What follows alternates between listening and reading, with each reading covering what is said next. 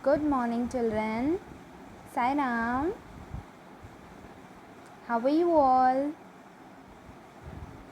I hope you all are fine and studying very hard, right?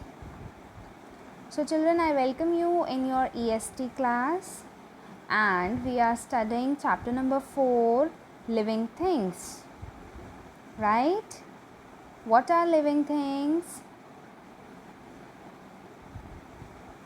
Living things have life in it. And what is non-living thing? Non-living thing is made by human. It doesn't have any life, right? You see two types of things around you. They may be living thing or they may be non-living thing. Living things may be you, your parents, grandparents, animals, plants. These are all are living things. And non-living things, mobile phone, notebook, pen, television, computer, these all are non-living things. And what are natural non-living things? Natural non-living things. In the previous video of living things, I have told you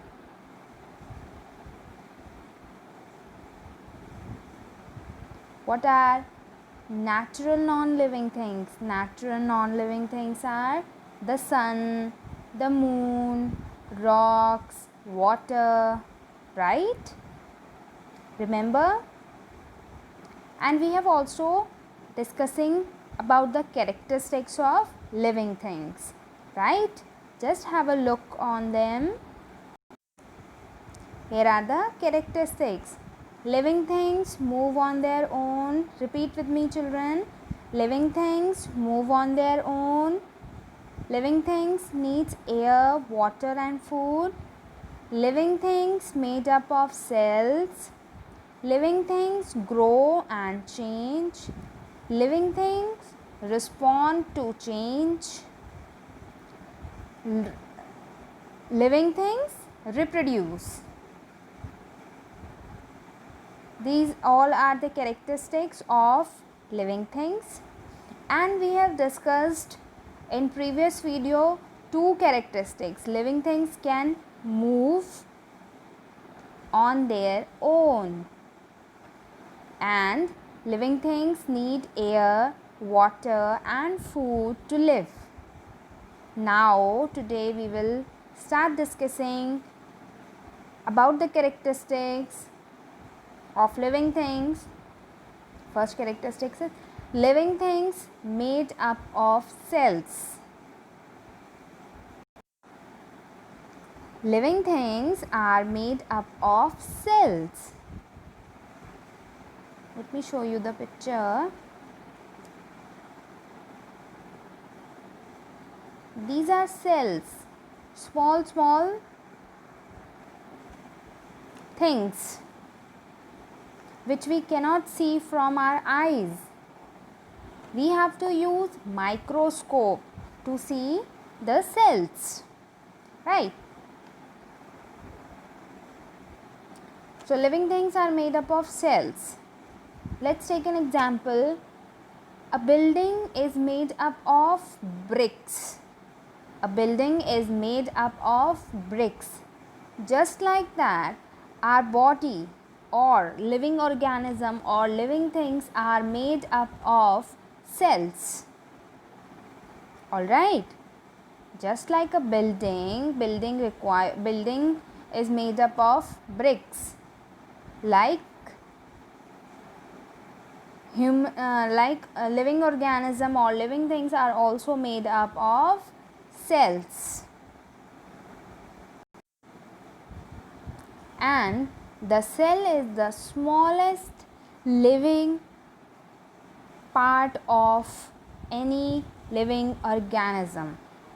A cell is the smallest part of any living organism, and we cannot see cells from our eyes, directly from our eyes.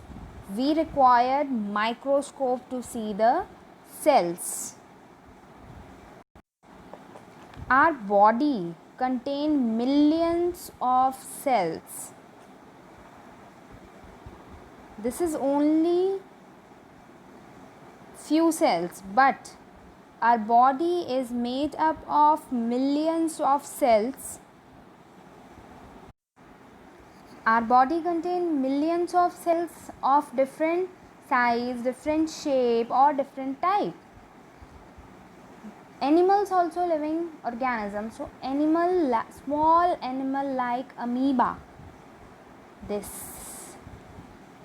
It is a kind of a animal. It is made up of single cells. This is a small animal, this is the smallest animal, and this is made from one single cell. But human body is made up of billions of cells. So you understood that all the living things are made up of cells, and cells are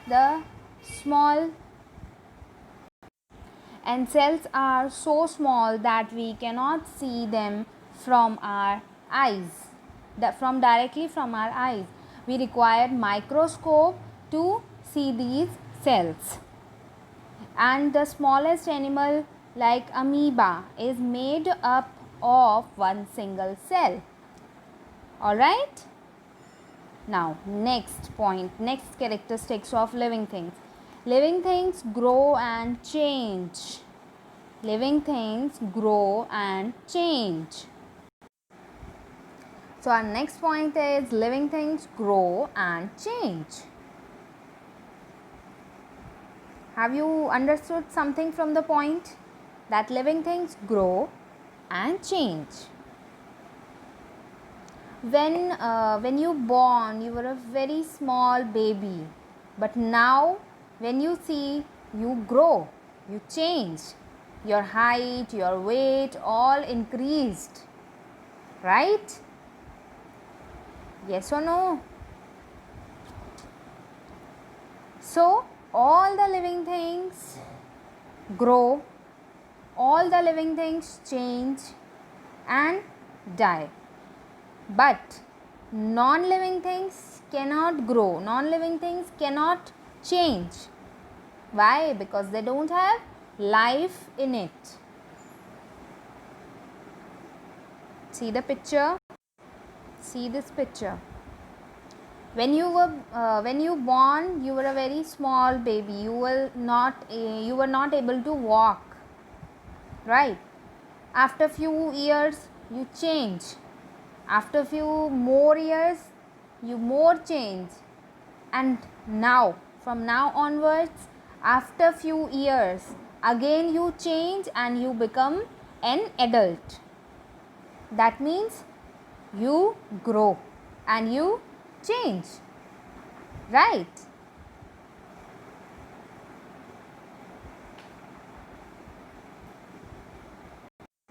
So this is the example of a hen.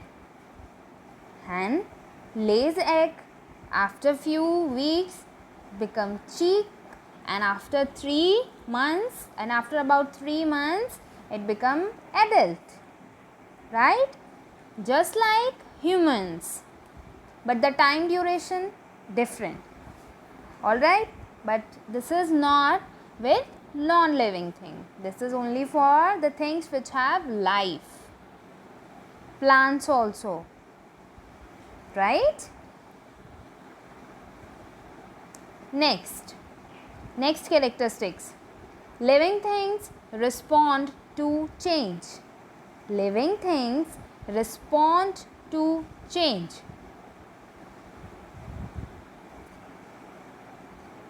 See, I have done this.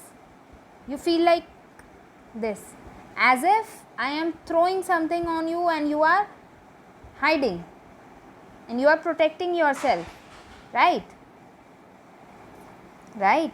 That means you are respond to change, right? If something, if any stone is, you feel that if something, some stone is coming towards you, So how your sense organs react? Your sense organ, your body react in that way to protect yourself from getting hit, right? This is response to change.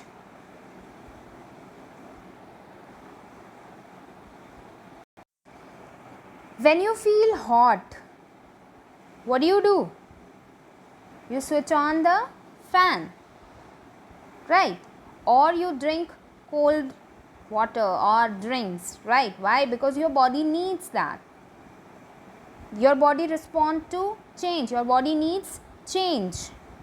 Means I am feeling very hot, so I switch on the fan. My body needs change. Every living things have sense organs to sense what is going around, what is going in their surroundings. So accordingly they respond to change. It may be animal, it may be plant, it may be human beings. Alright, but non-living thing doesn't respond at all. See the picture. See, animals also have sense organs. They have the power to hear, sight, smell, touch and taste, right? If a dog is continuously running in and the weather is very hot, so how that dog start breathing? Very fast and small, right? And when we run and when we stop, the breathing, the change, have you felt the change in your breathing? So that is respond to change. Now let's take an example of plant. This is, what is the name of this plant? Touch me not. What is the name? Touch me not. This plant also responds to change according to its surroundings. When we touch the leaves of these touch me not plants, what happens? The leaves shrink itself, right? The leaves shrink itself as if they feel like that something danger, right? So this is also respond. And the example of sunflower. The bud of sunflower plant always face to the sun. This is also respond to change. But the non-living things cannot sense any changes. So that's why if they don't have life, they don't know the changes, they don't respond. But living things respond. Now next characteristic is living things reproduce. Living things reproduce. Life continues on earth, because all living things produce young ones or lays eggs in their own kind. Means it depends. Maybe they are mammals or not. Mammals give birth to young ones and others lays eggs, right?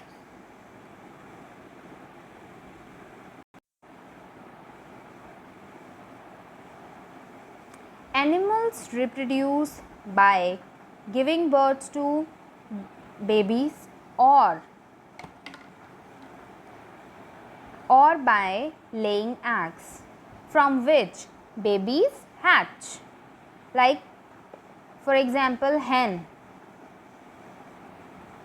lays eggs and from which babies hatch, right?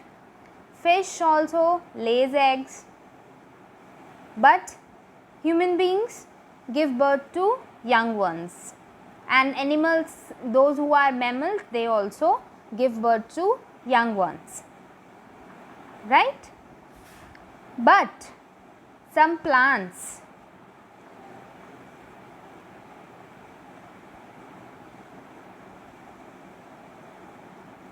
but most of the plants reproduce by producing seeds. See, this is seeds. Most of the plants reproduce by producing seeds. Alright. For example, I think everybody's house there is a money plant, right? If you cut the stem and put it in the water, it will grow. After few days, you see that roots are starting growing from that stem. Okay, so some plants produce from producing seeds, or some plants even grow from root, from stem, or from leaves. Alright, but non-living things do not reproduce. Non-living things do not reproduce. Alright, I hope all these characteristics are understood. Now, grouping things. We have studied two things, right? First is non-living thing and second is living thing. We compare two things, living things with non-living things, or you can say non-living things with living things. While studying about the characteristics of things, scientists place them in group of similar things. Then they study the things in a group together. This makes study easier. All the things that have life are placed at one place under a group named living things. Means whatever thing have life in it, we call it as living things, and whatever things which doesn't have life or they are without life, we place them under the group of non-living things. Clear? This is an example. Means all the things we contain all things, living things also and non-living things also. Plants, tree, human, pen, pencil, computer, laptop, everything we compare in all, we put in all things. Then we divide it into two parts.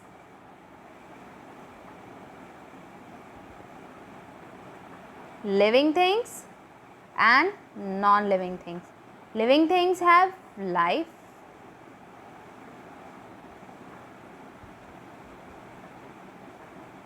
and non-living thing is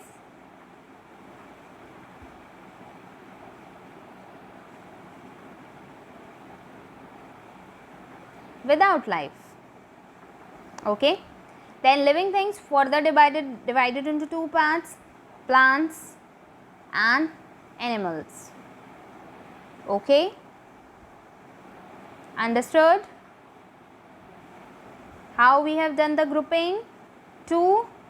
In two types, living things and non-living things. Living things are again divided into two, plants and animals. Understood? Let's quickly recap what we studied in this whole chapter. We studied living things have common features. They can move on their own, but plants do not move. Okay, they need air, water and food. They are made up of cells. They grow and change.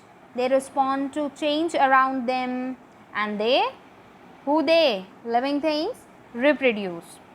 Alright, animals and plants are differ in their way.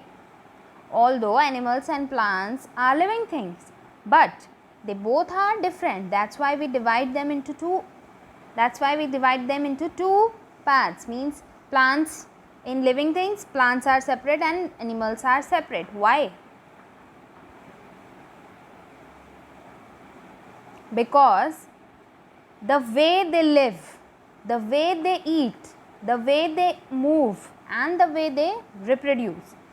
Animal can move here and there and eat plants and other animals and move on their own and reproduce, right?